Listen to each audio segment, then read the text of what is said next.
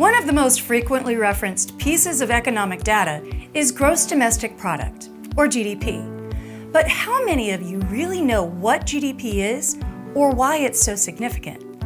We're going to break it down for you now in this edition of Economics Made Simple.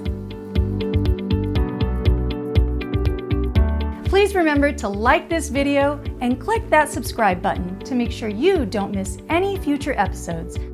GDP is considered to be among the most revealing measures of an economy's health. In order to help explain, we welcome Clint Dahl. Clint, can you please explain to our audience what GDP is and why it's so significant? Simply put, GDP is the total market value of all goods and services produced, which is why sometimes it will be referred to as economic output. GDP is used primarily to determine if an economy is expanding or shrinking. A positive GDP means the economy is expanding. A negative GDP means the economy is shrinking. In fact, GDP by itself has become a popular indicator of a recession. A general rule of thumb is that 2 consecutive quarters of negative GDP means that the economy is in a recession. The Bureau of Economic Analysis determines GDP by using data from the Bureau of Labor Statistics.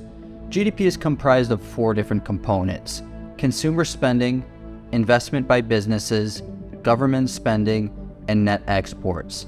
GDP is calculated by adding these figures together. GDP is usually reported as either real GDP or nominal GDP.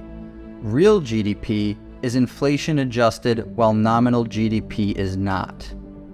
Therefore, real GDP provides a more accurate picture of an economy because it separates real economic growth from just having higher prices. A healthy measure of GDP growth in the US generally is considered to be between 2% and 3% per year. Note that GDP will tend to be much higher in developing countries. For example, GDP in India was nearly 9% in 2021. Once a country reaches economic maturity, it's normal for the rate of expansion to slow down. There's talk that the economic outlook could be less certain in the foreseeable future.